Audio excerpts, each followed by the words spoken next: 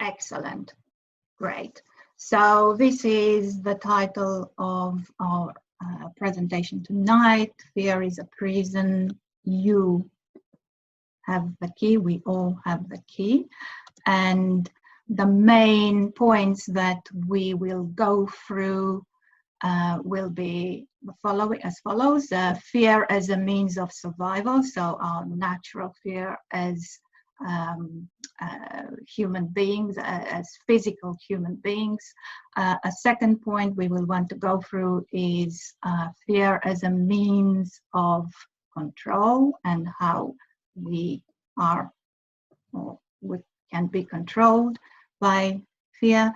And then we will go a bit deeper into trying to understand fear as an illness of our consciousness, and then we'll try to have some insight into what could be thought as the key to overcome fear. So Dario, if you'd like to continue. Yeah. So why a mouse as a first image? In the first point, we wanted to speak about fear being primarily or originally a tool or a means for survival. So fear is something that is, in our system, and it alerts us. It alerts us to danger, to possible danger. Now, some dangers are real. Other dangers are imaginary.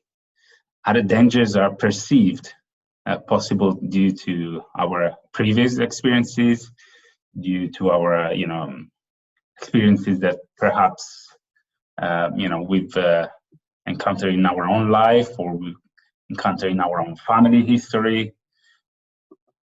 So not all dangers are real. Look at the small mouse. How many people would be scared of a small mouse if it just ran, in between our feet? And having one mouse running through my house is an experience that I've had in these days. And every time it comes near, I jump. And yet, what can a little mouse do? I'm a big guy, almost 100 kilos, and yet I get easily to jump. Now, this, the particular fear about mice and rats, it might date back to the plagues, to the periods when we were going through big troubles, big plagues, and these were spread also by mice and rats. We don't know, but the fact is that we are easily scared.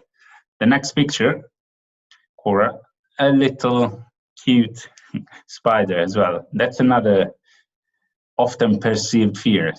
Obviously, there are very venomous spiders around the world. If we think about places like Australia or Africa, and even in Europe, some spiders can be venomous and can lead to serious conditions. But many people have an unconscious, or a fear that they cannot really explain in terms of their own experiences. So where is fear coming from? Is a bit the question that we want to try and investigate with all of you today. And the next one, it's just to show how sometimes the danger is not a first impression factor. So we see a little cub of a lion, and it looks huge, and one might not think of it as a danger. One might not feel fear. But obviously, if we were to encounter a little cub on the street or in a park, the mother might be close, behind us. So in that case, again, what is fear, and why do we feel this fear? Sometimes with reason, sometimes without reason. Where does it reside? Why is it in us? Why is this an important factor in our lives? And as we said, it certainly is a means for survival. It teaches us, what to do. It teaches us what's appropriate for us, what it can be dangerous, what can be a risk, but at times can be a trap.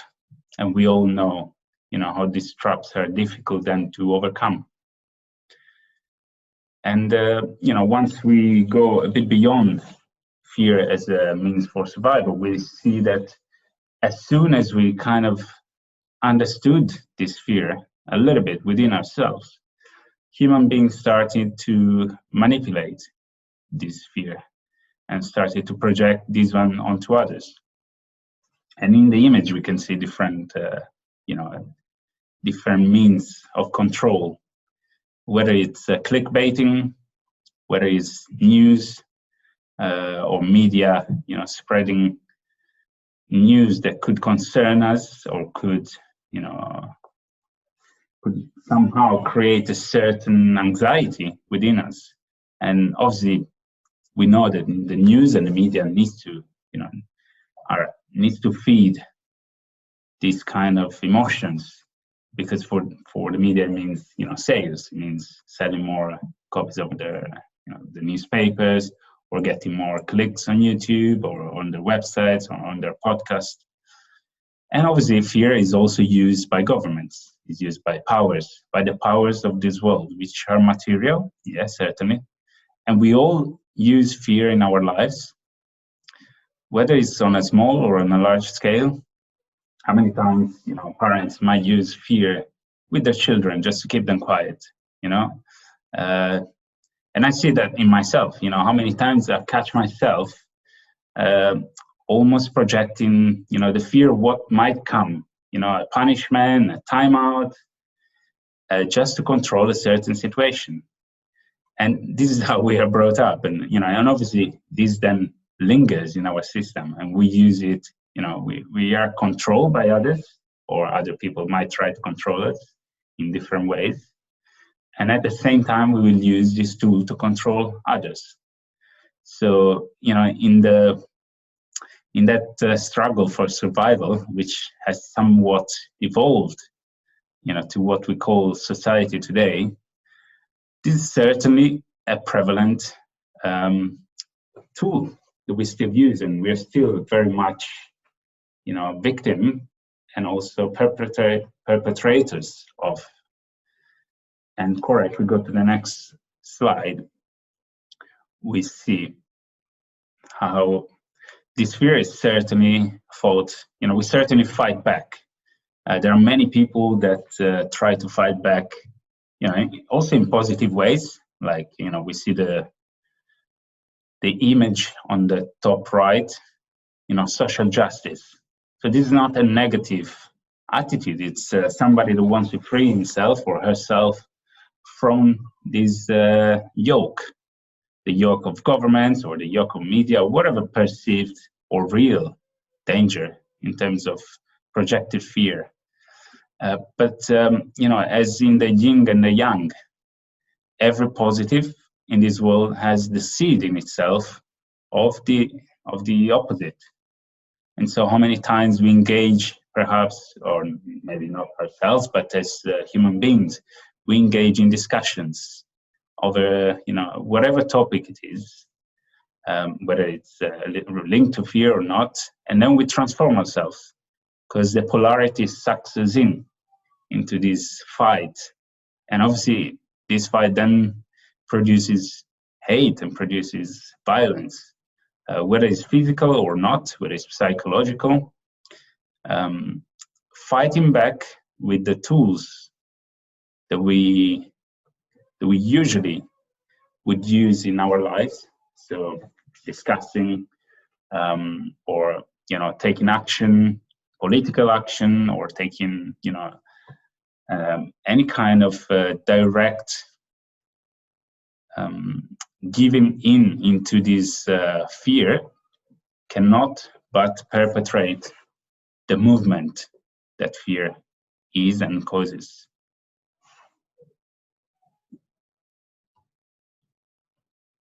Cora, if we pass to the next slide. I thought we're going to read something here. Yeah, okay. What was that, the quotation from Jan van Rijkenborg that we asked Dennis to read? Yeah.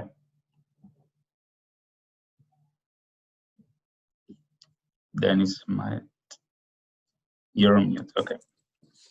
Okay. So we have a quote from Mr. Van Rijkenborg and Mrs. Kathrosa Petrie, a book that was written entitled Chinese Gnosis. Those two people in their lives were the leaders of the Golden Rosy Cross, and the aim was to bring all of the Gnostic initiatives that have happened in history into modern context and modern understanding. And this one comes from the writings of Lao Tse, which is the Tao Te Ching, and the Chinese Gnosis is Mr. Van Rijkenborg and Mrs. de Petrie's interpretation of that that book, which is a guide on a path, Tao being the absolute and unmanifested one, and Te being the manifestation of Tao in the objective world process, and the king being something relating to a canon or a classic approach. So just read that about fear. So worry, fear, and dread are the sisters of hate. The universal teaching emphasizes that fear and hate are essentially one. Anyone who fears hates. Anyone who hates fears. And their body, their entire existence becomes one great calamity, not only for themselves, but for all humankind. The heart sanctuary is divided into 7 ventricles. The universal teaching speaks of the 7 brains of the heart. The condition of these organs affects one's state of being in a fundamental way. Their condition determines one's mentality and one's whole approach to life. That is why it can be said that what the heart does not want cannot enter the head. Once fear and dread have given rise to hate, a 7-fold fire of great unholiness begins to burn in the heart and radiates outward via the sternum and the eyes. It is a malignant fire that stirs up everything unholy in nature and spurs it to action. It is that fire which makes the struggle for existence so lethal in its effects. It pollutes the whole of our field of existence. That's the end of the quote. Thank you, Dennis. And just another quote here on screen. It's a quote from Jiddu Krishnamurti. Fear is the destructive energy in man. It withers the mind, it distorts thought, it leads to all kinds of extraordinarily clever and subtle theories, absurd superstitions, dogmas, and beliefs.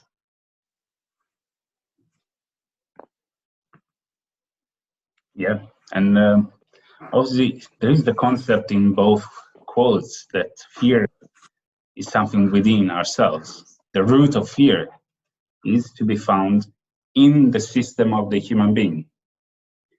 And once it's activated, it kind of takes hold of the whole system. It pollutes, as the previous text was saying, it pollutes the whole field of existence.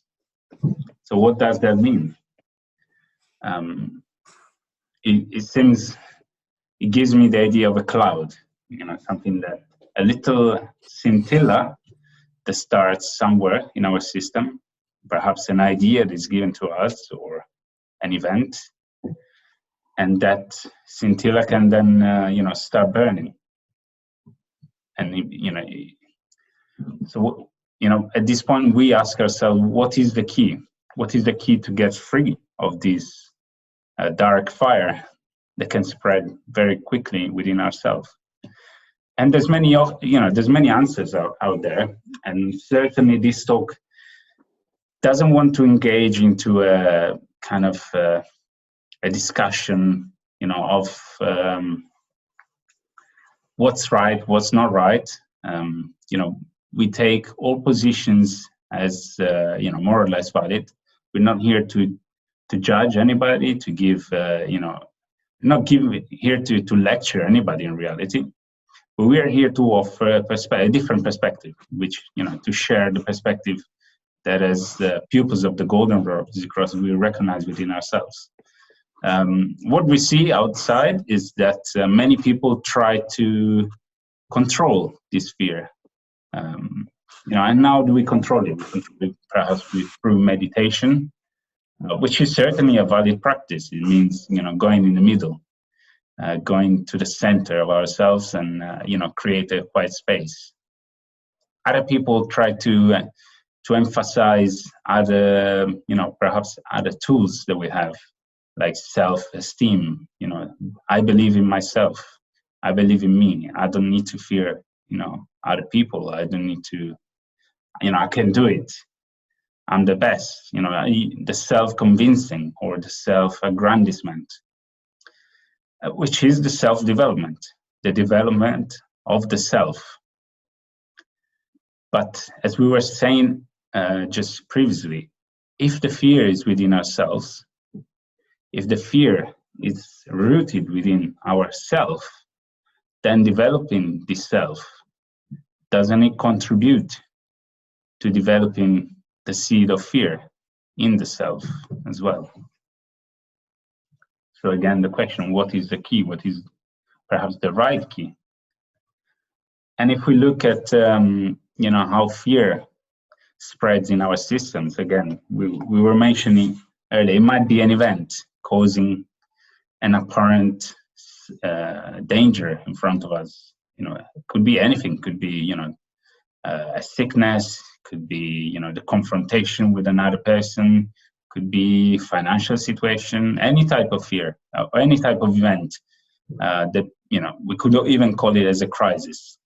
And we will explore this in the last of the 3 talks of this mini-series. But whatever the event, this is reflected then in our thinking faculty. It kind of sparks off a thought. So what are we thinking? And what we're thinking, whatever the thought, whether it's positive or it's negative, will cascade into a feeling, into an emotion, perhaps. And depending on how strong this emotion or this feeling is, and how positive or negative, what kind of reaction we have to the thought, this will also inevitably, bring about a behavior. And the behavior will bring a result, which is not what happens, not the event, but a happening within ourselves and how we then react to the event. So this chain of, this chain reaction within ourselves then brings about a final result of our actions. And we were talking about the pollution of our system. Now, we could speak about vibration, we could speak about a certain energy that vibrate within ourselves, certain energies that enter our system. So when we respond to an event, our thinking faculty creates a certain response. It emanates a certain vibrational kind of magnetic field, we could call it. And this is then reflected in emotion. Again, as we said, this reaction can be either positive or negative, but it will create an impact on our system. And as we go down the chart, the final behavior will enforce the first reaction. And so we could almost see that there is kind of a cycle, a vicious cycle that can start working in ourselves. And the more we feed this cycle with our thoughts, and this is where we go back to the media, or we go back to, the way the world try to control our system. The more these thoughts, these energies are fed in our system, the more the cycle becomes more and more powerful. The more the idea becomes an emotion, the more the emotion becomes a behavior. And then all these energies actually come and massively influence the way we live our lives. And that's the pollution of our existence. And obviously we are all susceptible to these energies, to these feelings, to these thoughts. But some of us somehow manage to detach. Now, going back to the question, what is the key? How can we detach from these polluting energies, from this polluting cycle? And, there are three main centers of consciousness that we recognize as the School of the Golden Rose Cross, but this knowledge is not of the Golden Rose Cross as such. It's been shared with humanity for millennia, and it can be found in any really spiritual group of a bona fide nature. Anyone who reflects on the system of the human being will recognize three main, what we call sanctuaries. So we have the head sanctuary, which is where the thinking faculty is sitting. We have the heart sanctuary, which is the place of feelings and emotions. And then we have the pelvic sanctuary, which links ourselves with the world. How does that work? Well, there is a link, with our instincts, with our karma, which runs through, what we call the chakras as well. And these three centers are free of the chakras. We can speak of the 7 chakras that run, through our system. And then we can speak also about 49 chakras, but we don't want to go into that today. The main point that we wanted to kind of bring forward, that we wanted to propose, is to just show how these three sanctuaries can be polluted.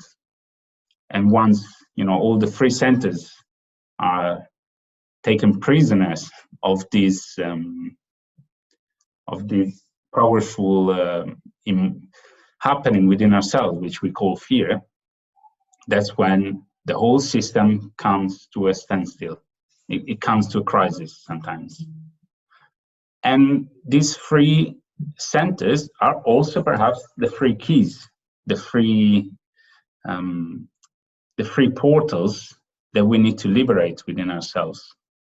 So the fear, one could say, sits in the pelvic sanctuary, because that's where all the karmic influences are linked with our system. But the fear can also sit in our heart, so within our emotions or in our head. If we rationalize, what is irrational, if we make it part of our thinking patterns, So how can we liberate these three centers from the seed of fear? Well, we propose to you that the root of fear is really fear of death. And fear of death is perhaps a misinterpretation of a deep longing that we can find within ourselves, each one of us, a deep longing for life. And I said life with a capital L, so the true life. And so the ego, which is a concept that we introduce again, a new concept, perceives this longing for life, which it does not know. It only knows a survival, a certain existence, but it doesn't know what life, as intended perhaps in the Tao Te Ching, or as intended, in texts like the Vedas or the Bible, what life really is. And so what is the main portal for life? what is the main mechanism, the main radiation that let life be? It's love.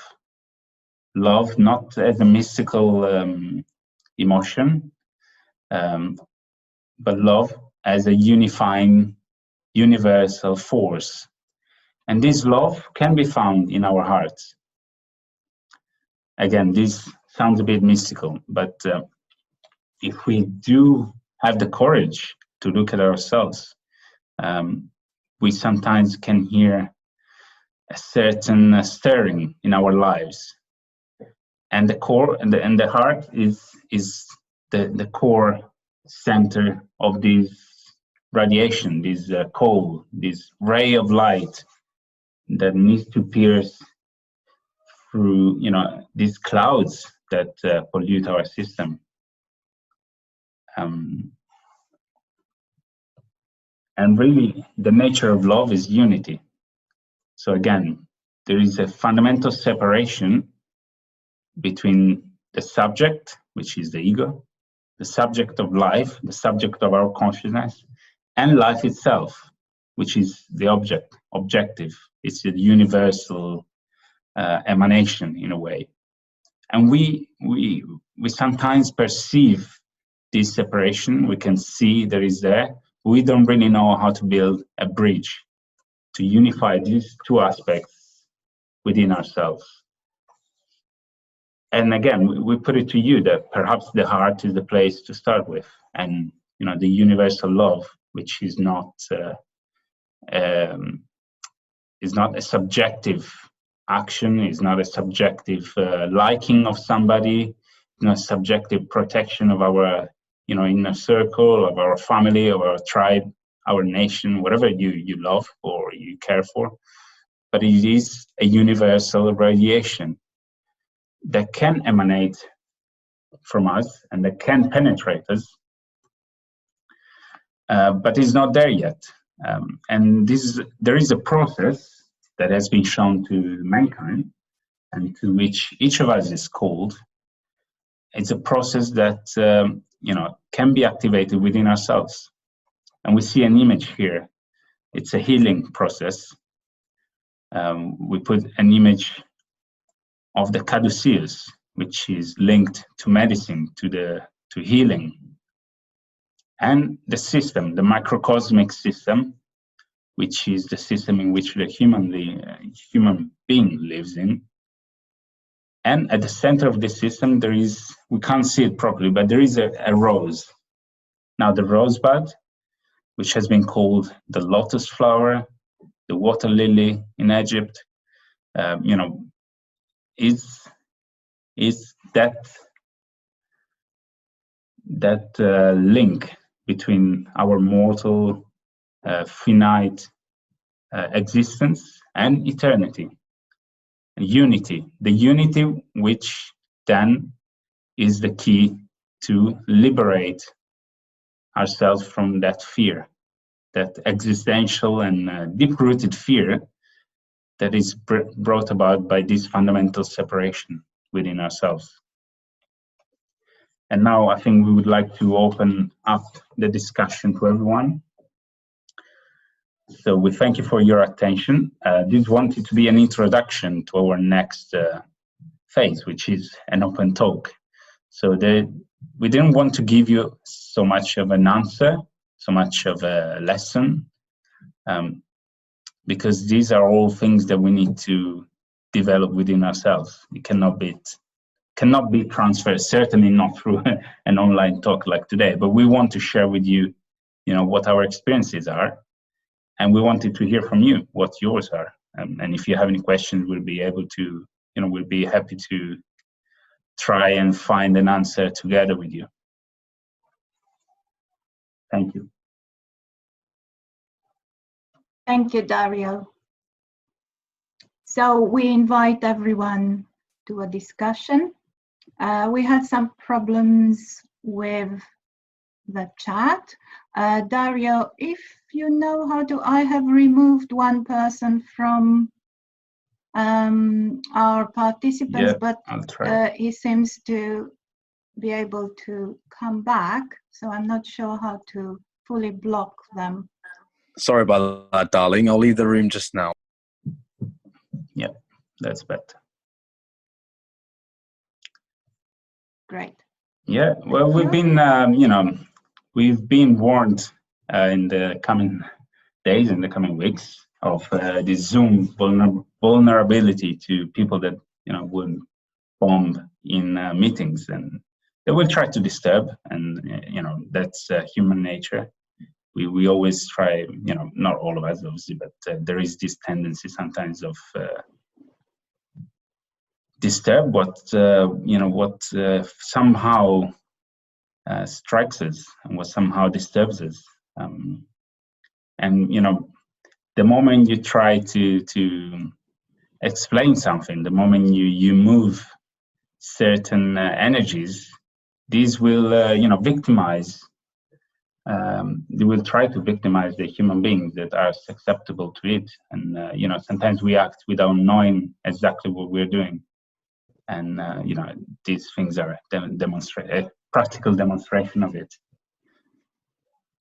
It's part of the fear-hate process, I suppose, which we were just explaining. Yeah.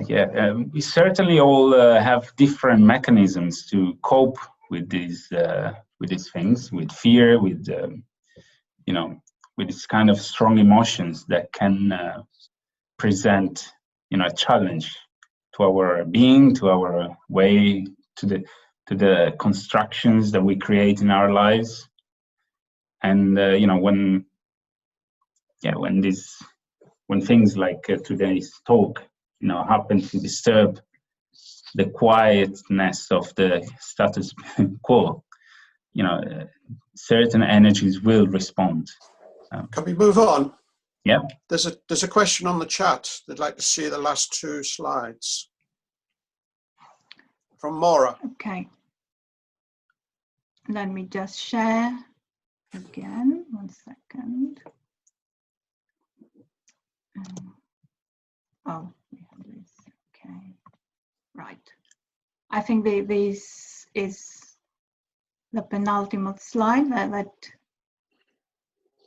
we wanted to look at. Yeah. Yes, she's asking for a recap on the chart. Maura. Okay. A recap, yeah. We're talking about these 3 centers of consciousness, and we see here the 3 points. One in the head, one on the heart, like little stars on the heart, and one on the pelvic sanctuary. So we call these the time one cannot speak of the thinking sanctuary, the sanctuary of the head, the sanctuary of the heart, and the sanctuary of life. And perhaps there was a specific question on this.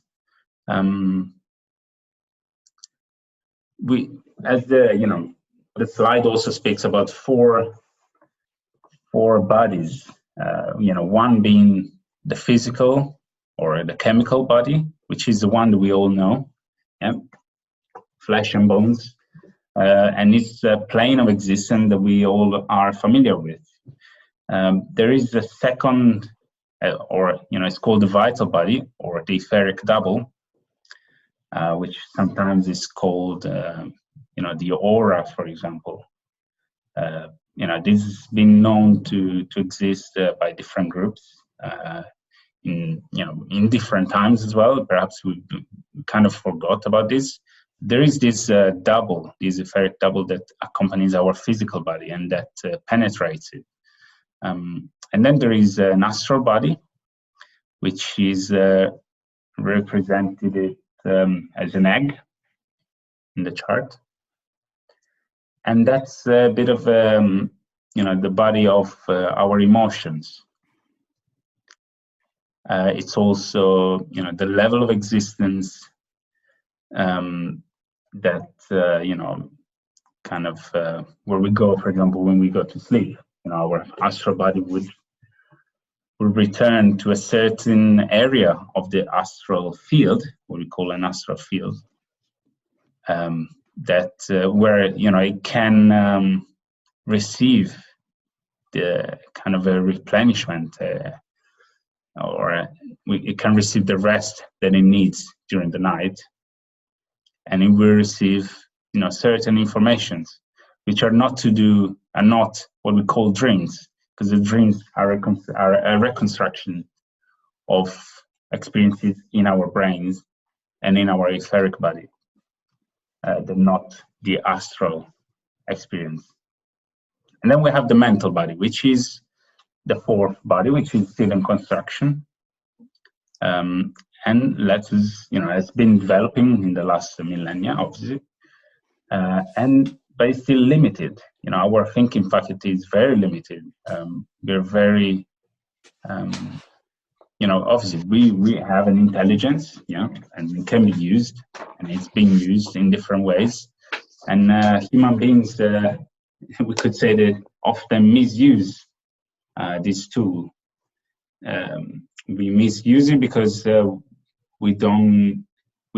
it's difficult to connect to a certain higher wisdom.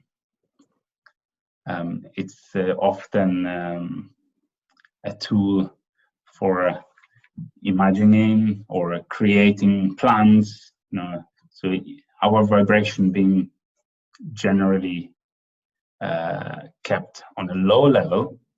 Our thinking will manifest this low vibration with cunning, through planning and scheming, or through projecting often the fear that is in us. How many times we go to a meeting, we go to speak with our bosses, we go to speak with another person, and we project the fear that perhaps has happened after an event that went wrong yesterday or the day before or a month ago. How many times we go in a dark street, and because we associate dark with danger, we project this with our thinking, and we start thinking about what could go wrong. And yet, this is not the higher thinking that we are called to. I think, Dario, that Maura and Nala also wanted to understand more about how this relates to the fear and to the rose of the heart and the healing process. I can see one in particular, one comment. Yeah. Are you saying we feel this sanctuary with positive to cancel out the fear? Mm-hmm. Well, that's something that we certainly will look at. That's certainly a first reaction that we have. Whenever something that we perceive as negative happens in our lives, we will try to balance it out with a positive, or what we perceive as positive. The problem is, as shown by the yin and the yang, any action, whether it's positive or negative, has in itself, any action, any event, has in itself the seed of its opposite. And that was a bit the commentary on the social justice, or anyone that will try to balance these actions of fear with a positive correspondent, a positive reaction, will incur, unfortunately, in spinning the wheel of life even faster. And perhaps what the Golden Rose Cross points to is that there is something else. There is a different energy, a different radiation that touches us, which is not part of this play, of this polarity of good and evil. This polarity that always brings about a certain confrontation, a certain kind of fight. We call it fight. We could call it just the alternation of two different magnetic poles in our lives, in our circumstances. But also we could see the night and day, love today and hate tomorrow. Nations being friends and then suddenly turn into enemies, or this happens in all levels of societies, and it happens within ourselves and within our lives. But there is something else, something that goes well beyond this cycle, well beyond this polarity, which we call the true life and also the true love. This unity, this unifying force that needs to fill these sanctuaries.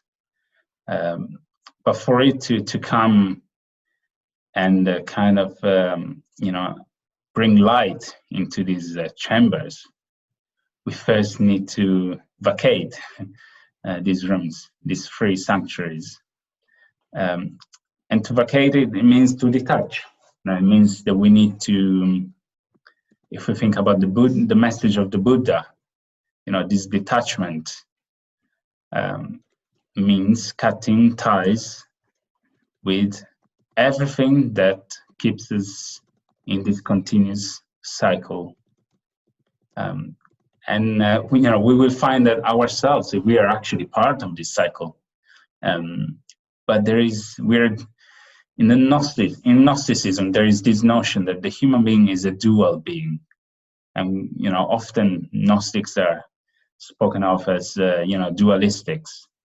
And there is a misconception that the Gnostic speaks about absolute evil and absolute good. But to me, this dualism has always been between a certain polarization, as we were saying, the good and bad, which are part of one system, and something else that, as is put in Tao, cannot be named. The moment you're trying to grasp it, it's the moment that you lose it.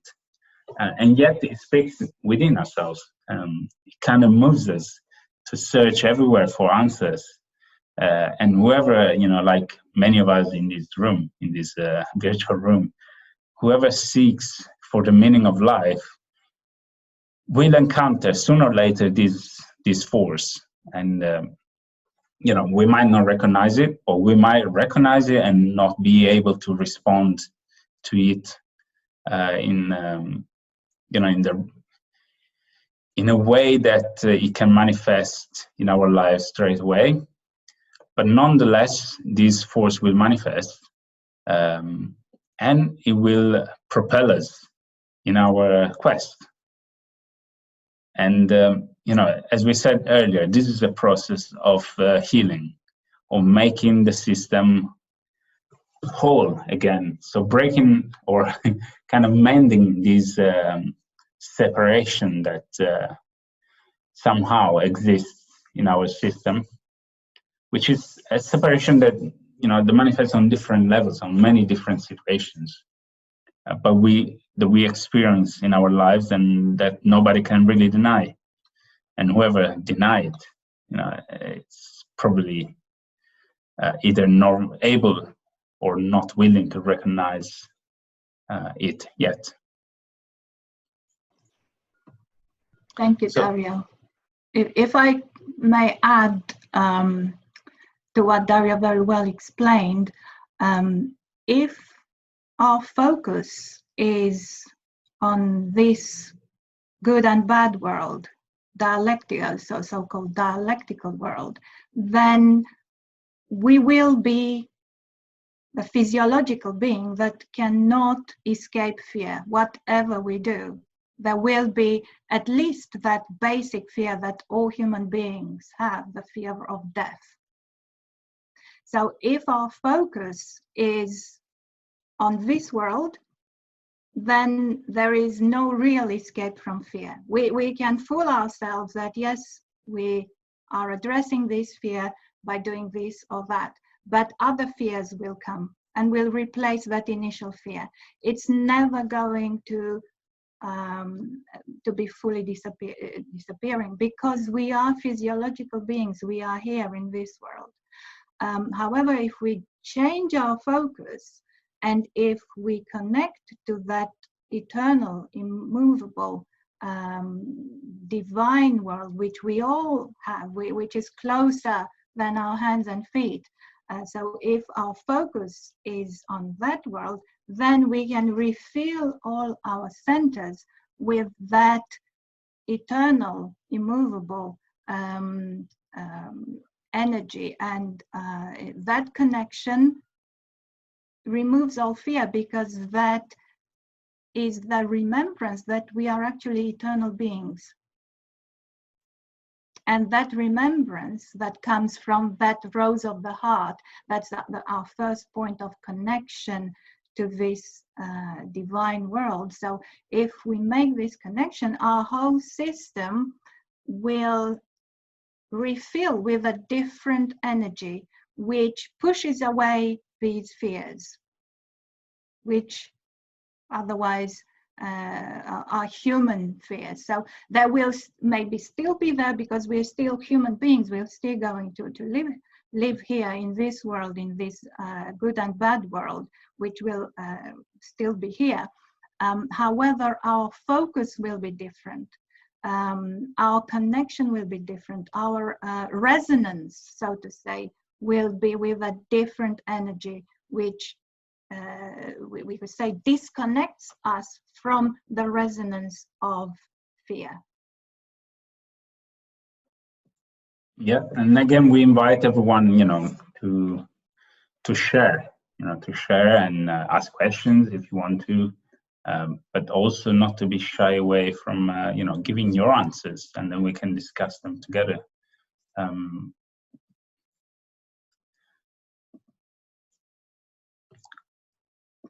We can't hear you, Cora. Sorry, I just said that I'm going to unshare the screen so we can see each other also. So please feel free to contribute with your experiences or with any questions. So are we on track, or did we miss any question perhaps in the chat that you wish us to discuss? There was a question about any books that we could recommend, and Dennis and Cora or anybody else. Well, but just hear another voice. I was going to say that we all have our own life situations. We all come to any source of knowledge and interpret that in our own way. There's nothing universal about that, and we find our way through the experiences that are necessary, and fear will be part of that. And they are like narratives in a way. They're part of a story, part of our life story, something that's in the past or something that's looming in the future.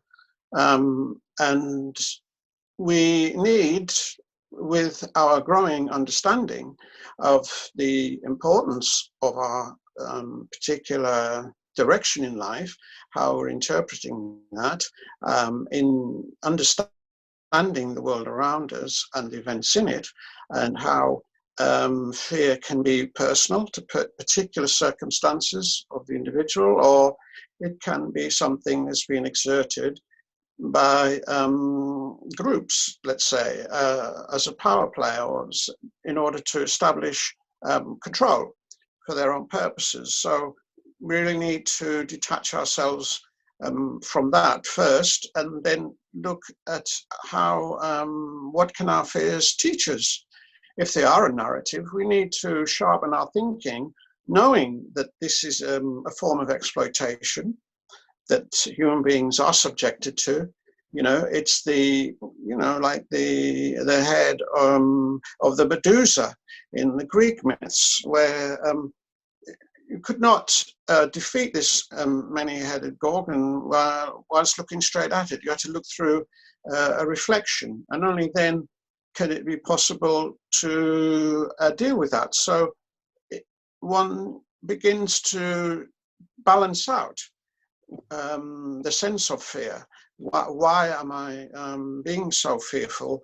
Allow the narrative that you experience in a relationship with whoever, or to a person, or to a factor in life, health or wealth or lack of those. How does one release oneself from that. And so, like Joe was saying earlier, that he believed that fears do teach us things, and I would also agree with that. It's not something that we run away from like the boogeyman, but it's something that can show us, lead us to a higher ground by leaving those things behind, by having seen through them, seen through the delusion, really. And that's something that, you know, we can begin to get a deep perception of how these things are working in the world. And we can share those ideas as well with others around us. So it's possible that fear isn't something that's always going to overwhelm people and reduce them to a passivity, because when we experience fear in the group or the herd, if you want to put it that way, it's always a sense of, well, I need an authority to sort this out for me. It becomes like a childlike response, and that is falling back on the primal attitude to fear.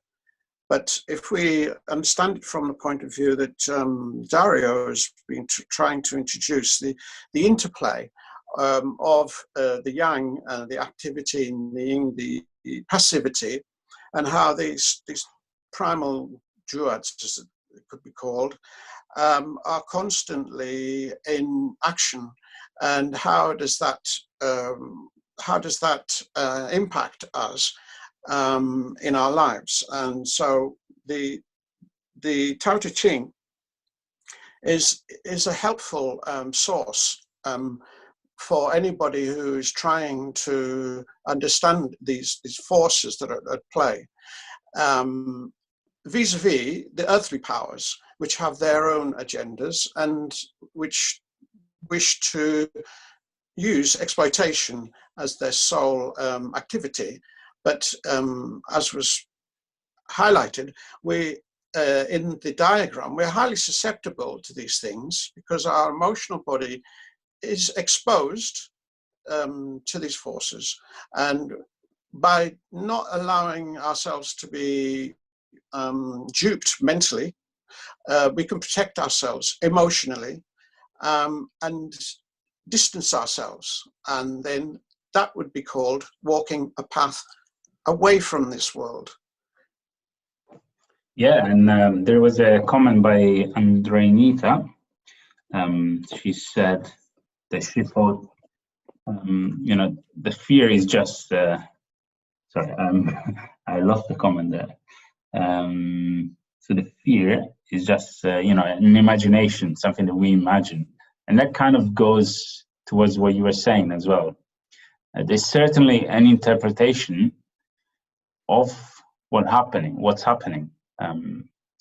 But we can, you know, the moment we are able to objectively look at this interpretation and the movement that it creates within us, in that moment, then we have the possibility to detach, you know, and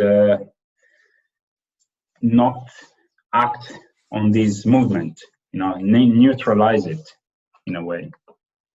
Yeah, I mean, the imagination, it's useful, but it can be overpowering. It can be too productive, too fertile, and then you start imagining in a worse kind of way that the outcomes that you somehow see as a narrative in your life, moving towards a unpleasant, unwelcome situation. Instead, in using, you know, imaginative thoughts, you could think about things being a bit more scientific and look at the facts and try to say, you know, what would be the predictable outcome, and just to see whether there is any balancing through being down to earth. Look at the facts, be scientific, be observant, be sharp thinking. Don't be overwhelmed by narratives which create a feeling of passivity. Yeah, and we spoke about love as a unifying force as well. And just a contraposition of this movement of creating barriers, which is what fear causes in us, creating a barrier between us and a possible, situation, and the projection of this cloud, that make us, make us project big shades in the future, whether it's a close future or a distant future, as opposed to a different type of mentality, different type of attitude, which is a unifying attitude, which is a almost a non-judgmental, in a way that we don't need to project our fear into our life. Whenever we approach a certain situation, a certain event, if we accept that we don't know what's going to happen, then we can be open. We can leave doors open to other people to make their contributions. We might even become ready to learn from others, rather than shutting them down or shutting them out of certain, in certain circumstances. And there was a comment which I bring to the group. In itself, fear is ultimately afraid of itself. And this was a comment from Zach T. I think fear is self-propagating, really.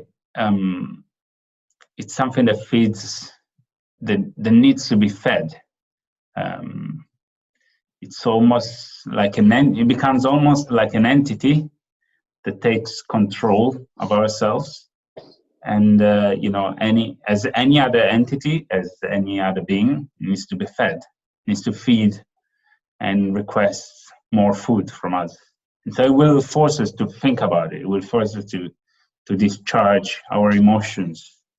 And, if we create just a little, we don't want to go too far into it, but if we create just a little connection to the current situation, where billions of people are, feeding into the global fear that this pandemic is creating, we can see how, this is now a creature that feeds off humanity. Not the pandemic itself, but the fear. And there is a path, as we indicated, a path for ourselves to detach from this creature feeding on us. Yeah, we go back to the quote from the beginning, and the sister of it is hate. Now, why would that be? I mean, is that part of stimulating fear in people? Then the intolerance begins, and then eventually ends up as hate. So one can't see one's way out of the forest because of the amount of enemies one sees around us. Everything's an enemy. You become paranoid, and that's an easy way to manipulate.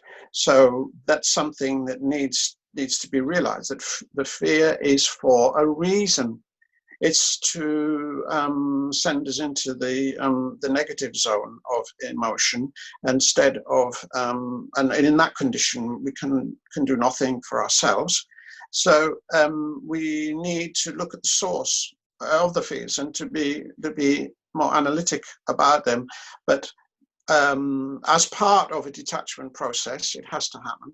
We are not going to be led by a shaft of light without any effort from ourselves out of this forest. So the aim is to understand from within the enlightenment of that can be brought within us by allowing our lower mind, our ego, which is reacting to this primal instinct, reacting to these circumstances in which it feels threatened.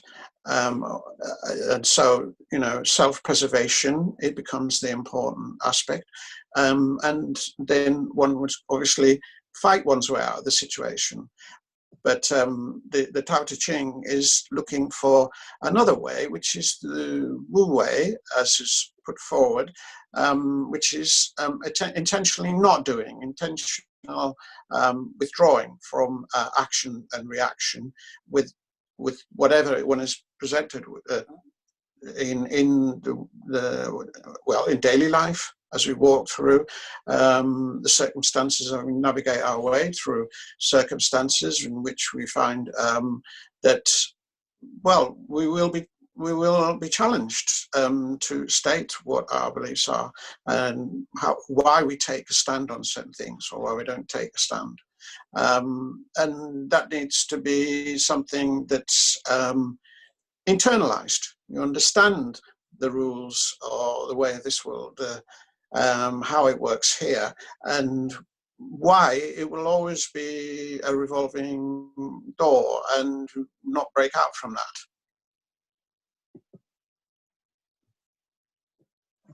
Yeah, I agree.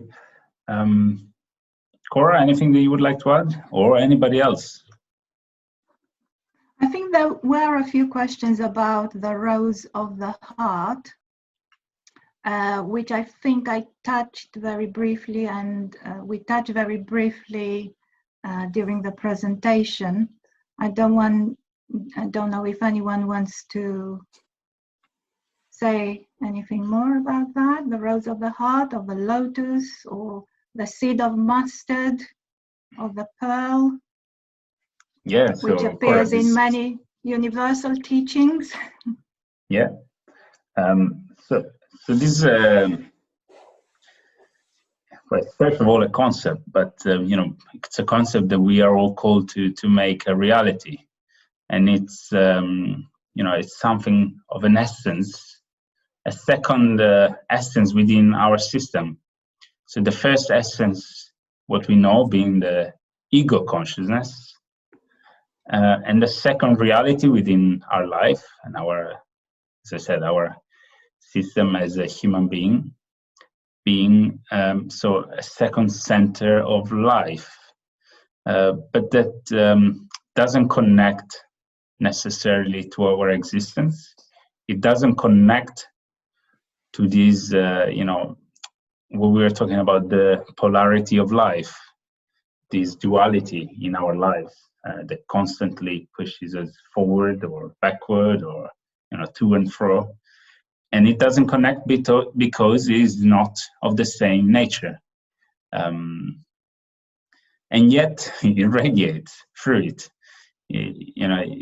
Its call resounds in all our actions, in all our reactions, and it's a kind of a background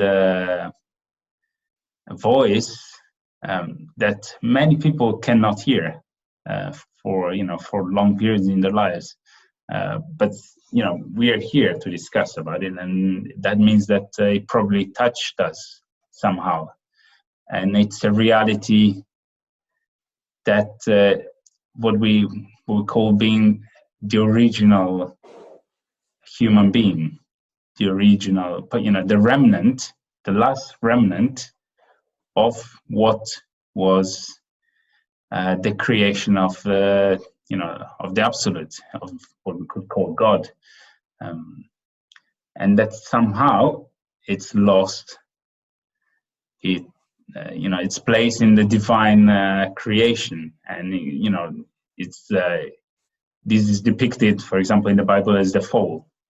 So there was an original human being, the Manas, the creator, that was created at the image of the absolute, and that that the creation is now is not it's certainly not recognizable anymore. We can't say that we are image of God, and yet there is something within ourselves that call us, and that we sometimes call a pre-remembrance.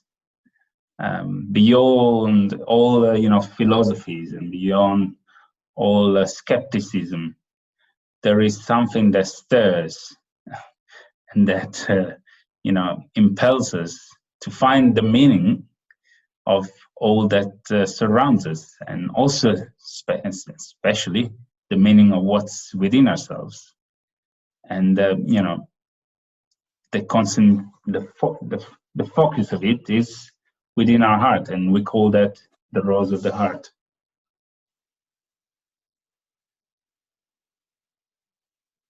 And it's somehow difficult to describe it because it's, we call it, with names, but it's a reality that has no name. It's not, we can, spend many words on it, but Yeah, it is what makes us seek.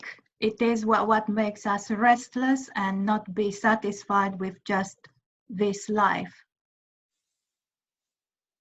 Sorry, Dennis, you wanted to... No. Well, I was just thinking what the function of it was, to reignite the new soul. We live within, I can see there's a question about how it relates to the soul. So we live within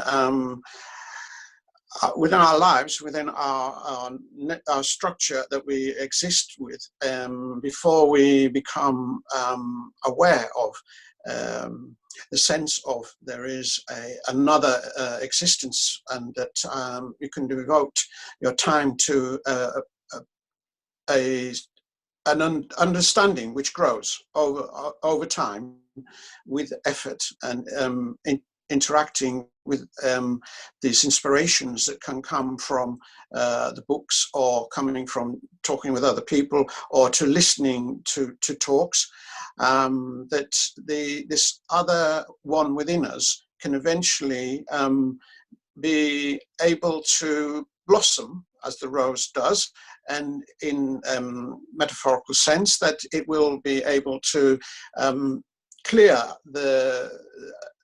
out the original self-directed thinking, in terms of making one's life as much as possible comfortable, and that no challenges or no avoidance of anything which is causing fear, but that we can actually learn that there will be challenges, and you might interpret that as fears, but you might interpret that as useful interventions. Even negative things can have good things coming out of them, and through that we would be able to say that we're moving towards a reborn soul, and that reborn soul would be something that would affect the personality in its actions and point of view, and that eventually the level, the vibration of that, the harmonization of all of the elements that we saw in that diagram, which we explained quite a lot about, the various bodies and elements in the human beings, within the human being's consciousness, that could lead to the reconnecting with the spirit, directly connecting with the spirit, so that the pattern of birth and rebirth does not have to be undergone anymore, and experience has been enough to be able to enter another period of development, which is outside of this, what we call the nature of death, the being born and dying, having certain experiences, but that is a certain area of life, but that there is a higher life in which that there needs to be a certain reorientation of the elements that were spoken of, so that as a continuing consciousness free of the body, then that the soul can rejoin its original state of existence.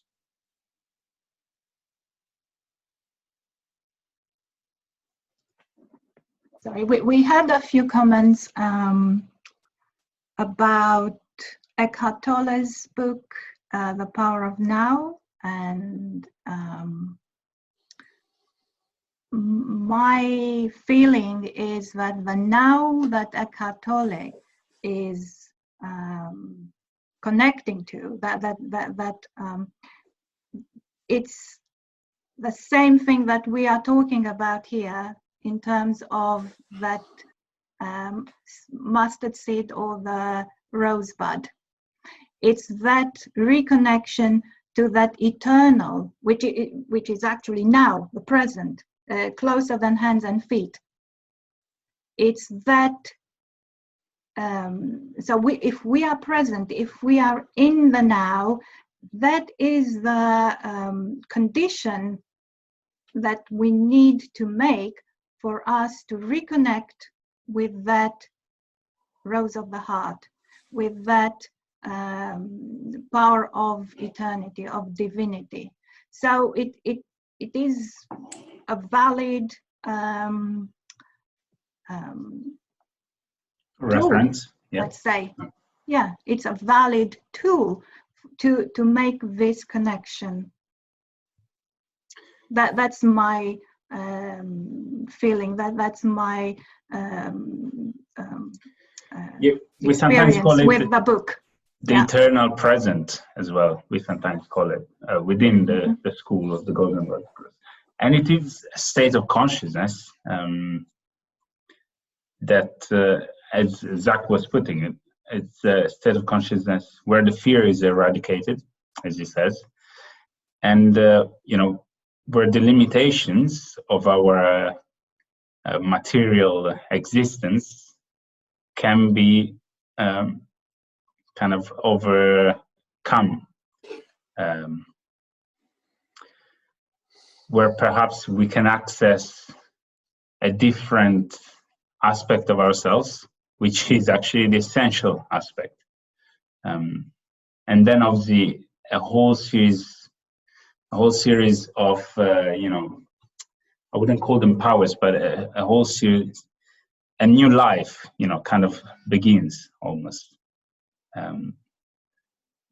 Because the life is not the lower life, is a higher life, is life in unity with everything. But as we said before, and that's perhaps what kind of differentiates the Golden Rose groups with many groups that are certainly moving in the same direction. One of the main, for me, one of the main differences is this pointing to the fundamental inability of the current structure of the human being to host such consciousness, and thus the teaching of this process of fundamental change that needs to happen in the system. Yeah, you to bring it back to Lao Tzu, if you're depressed, you're living in the past, you might find this too radical. And if you're anxious, you're living in the future. If you're at peace, you're living in the present.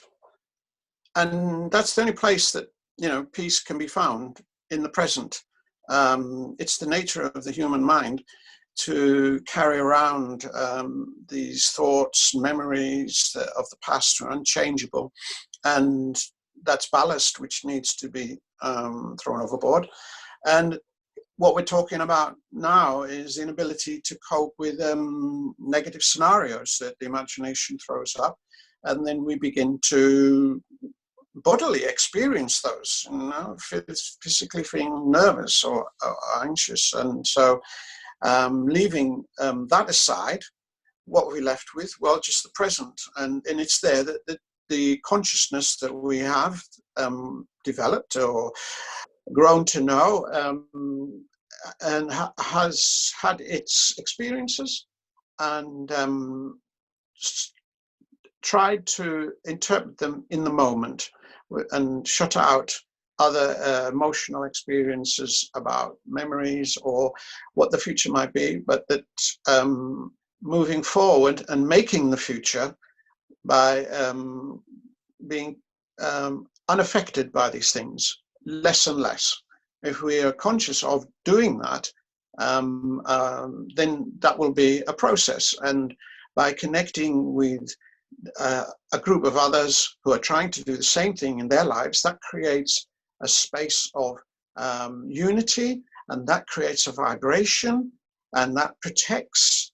And individually, by gaining our own inspiration from what we read, when we read, whatever comes to us, if we have questions, carrying questions around in our hearts, we can turn to the literature, and then we will randomly find that there is inspiration there. So we need to look to the inspiration rather than keep looking at the medusa of the problem that cannot be solved by direct engagement with it. We have to find other things around us that inspire us to overcome them, to rise above them, those issues that did disable us in previous encounters.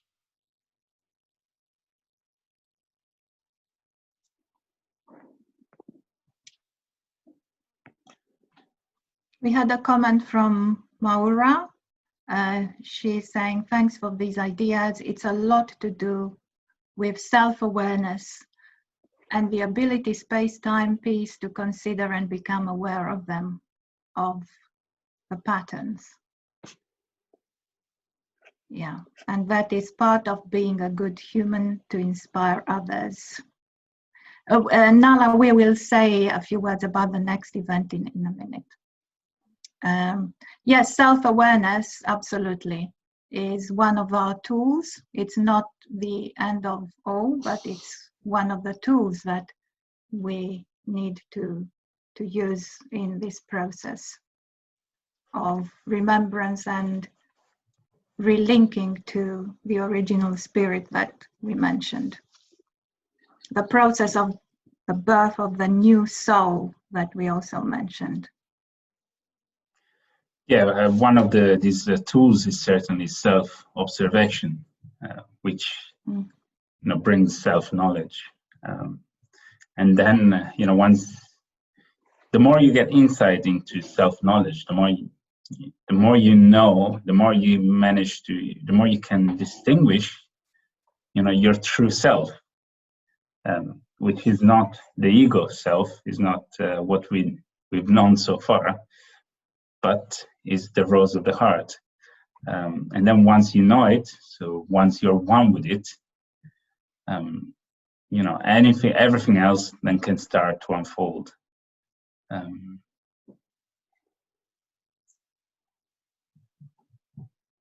And we encourage you now to ask, any more questions you would like to bring forward, or to share any comments.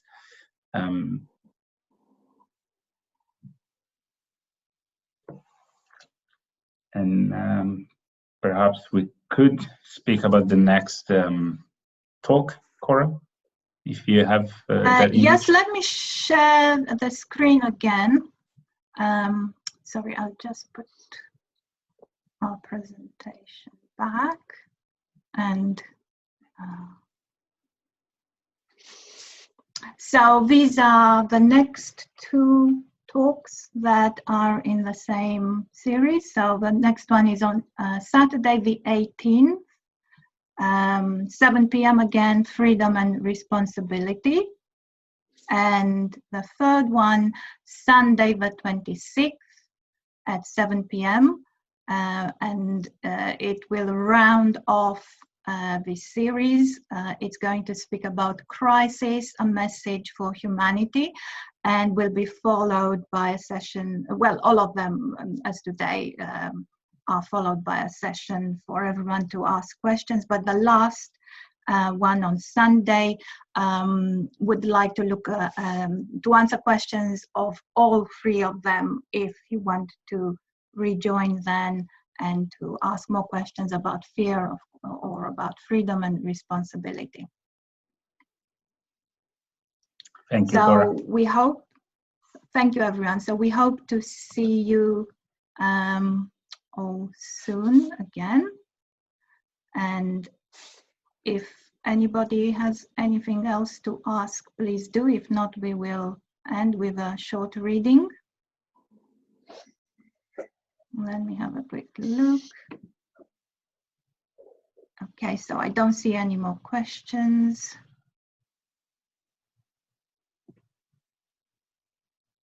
So we will read, I will read from Tao Te Ching chapter 8, another book, well, it's a commentary on Tao Te Ching by Jan van Rijkenburg. one of the grandmasters of our school, the School of the Golden Rosy Cross. Actually, I will stop sharing for now.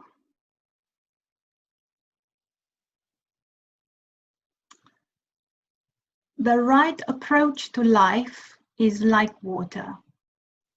Water is everywhere and exists in all places. It flows even in places that men reject. That is why the sage approximates Tao. He dwells in the right place.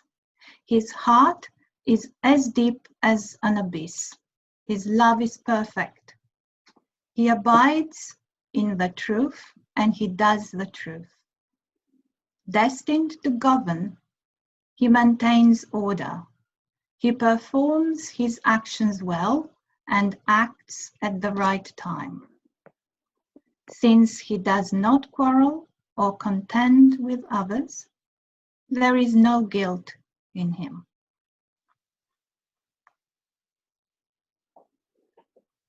And another quote from the same book. Water is a sublime, universal symbol of the power radiations of the new life.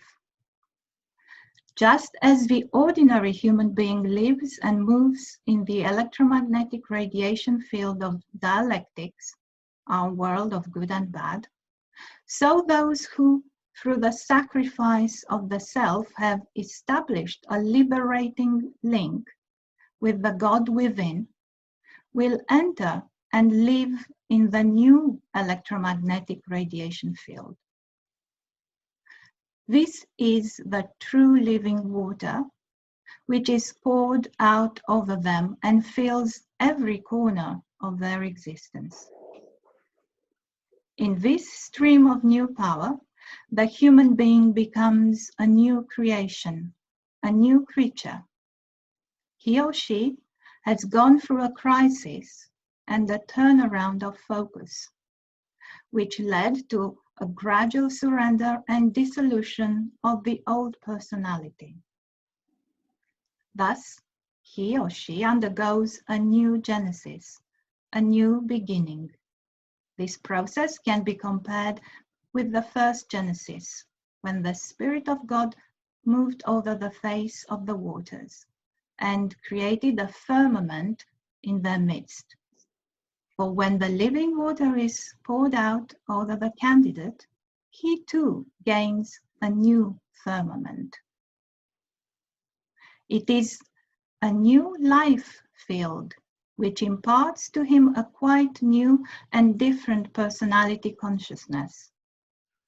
He is again ensouled by his only God, who works for his salvation.